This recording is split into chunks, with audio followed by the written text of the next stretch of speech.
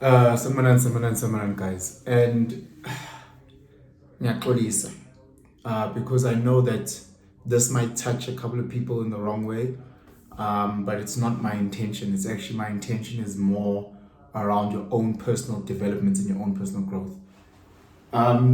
One of the conversations, one of the thoughts that I always think about and try and process is how I can better develop myself.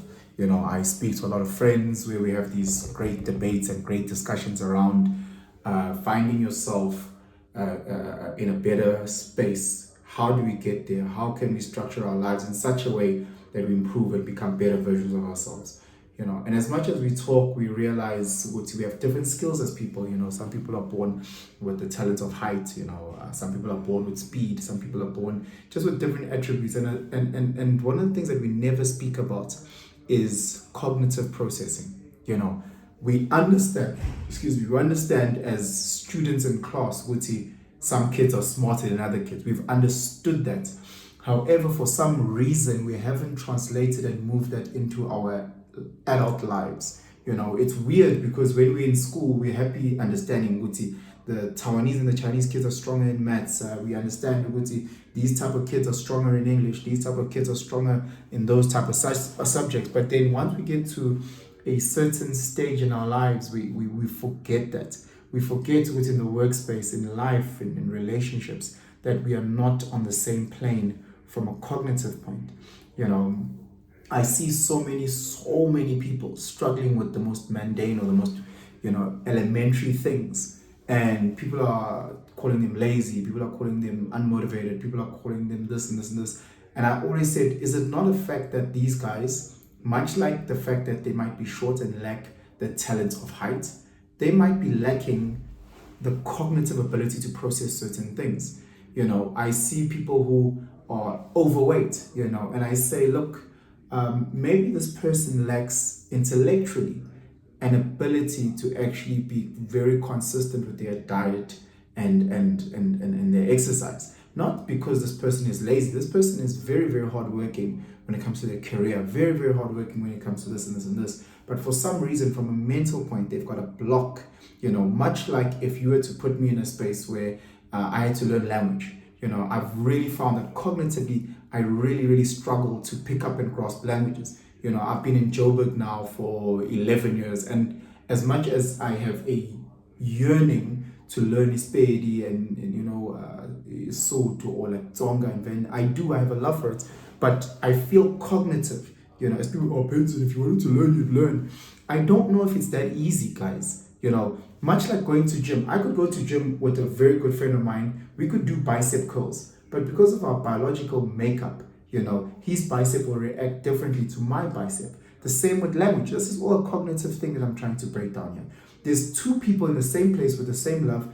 One will just grasp language a lot easier because cognitively they're strong enough than someone else. I watch this in terms of waking up in the morning.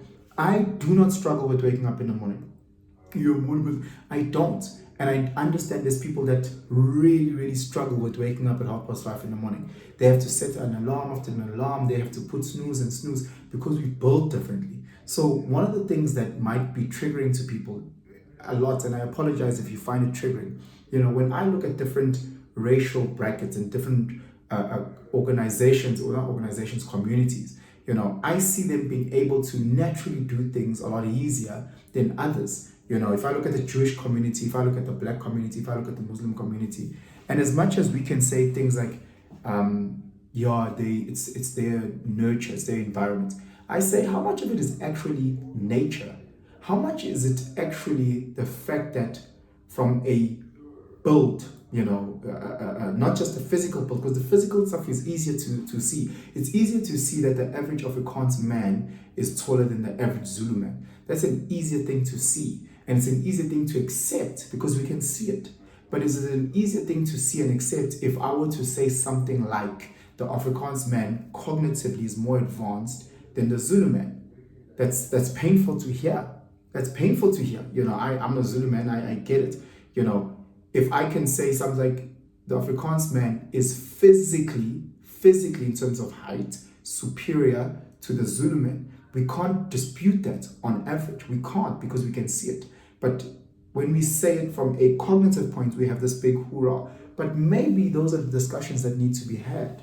I'm not saying it's true, I'm just saying it's maybe a discussion that needs to be had when we look at certain groups. I was saying this to a friend of mine when we were at gym, when he was talking about in this country and the people who are lazy, that I'm just sitting and waiting for the 350. And I was saying, look, I don't think a lot of those people, not all, I don't think a lot of those people possess the cognitive ability to find a way out of their situation.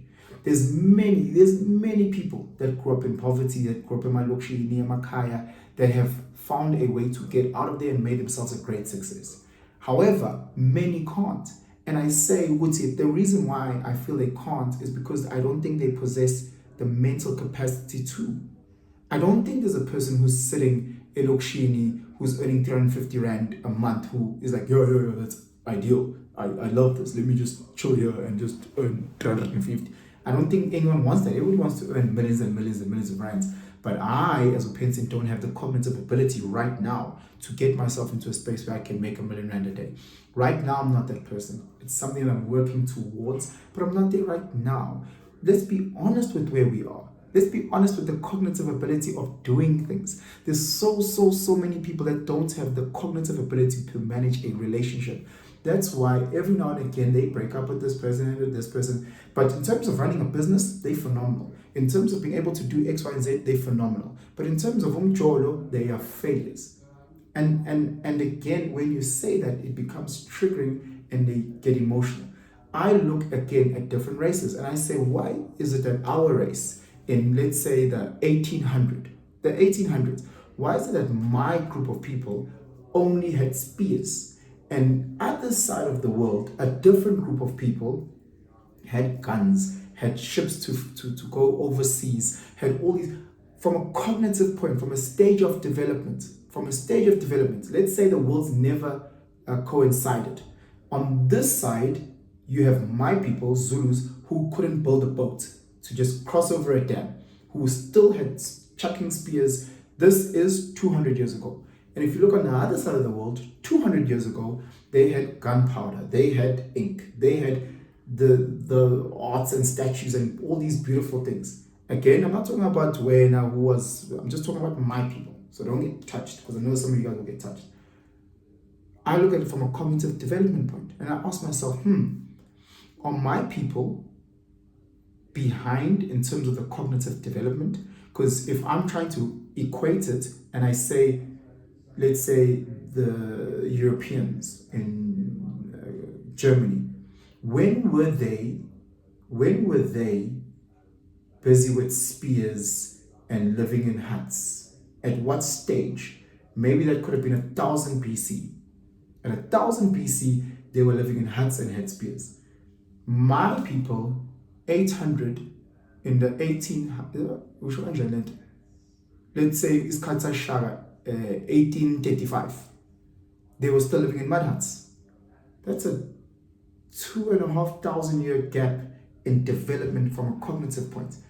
If my people never got to interact with the Europeans and we were left alone, where would we be now in 2023, 2024 rather?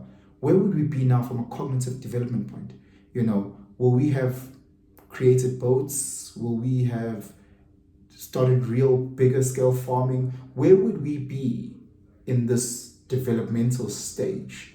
If I'm making sense, I hope you guys are grasping what I'm trying to say. I'm not trying to hurt anyone's ego. I'm not trying to break anyone. I'm just trying to understand from a cognitive point, from a biological point, why we are how we are. From a biological cognitive point, why we find ourselves with all these challenges that other cultures seem to have an easier grasp on. Why is it that my brothers and sisters as Black people struggle to work together when I'm watching the Muslim community, when I'm watching the Pakistanis that come into this country and work together? Why is it that as much as we can see this, we're refusing to build? Is it a result of our biological cognitive makeup? Or is it the fact that we've been convinced and through nurturing out of this? I don't know if I'm making sense. So guys, it's one of those things where I'll be making a lot of videos about this because I'm trying to learn as I go along. I'm trying to move away from blaming Oferfoti in 1950 and make it seem as if that was the beginning point of our challenges. I'm trying to move away from using excuses. Again, they might be good excuses. I'm trying to move away from there and find a way for myself to grow from a cognitive perspective. Finding a way for the people that I love to also grow. How is it? Where am I lacking? Where are my challenges? Why is it that I'm also still stuck in this? Is it a cognitive gap in my development? How is it that I can build into that and become a better version of myself? So if this video is a bit muddy, I sincerely apologize. But again, as I was saying, I'll make more of these videos. I want to try and have other friends who I can bounce off these ideas with on the videos so that we can get into a point where we actually understand and we try and clean up what I'm talking about from a cognitive point. Anyway, comment if you understand what I'm trying to say. Comment if you don't understand what I'm trying to say. Gantanda, guys, please like, please share, please subscribe, and have yourselves a phenomenal day. Ciao.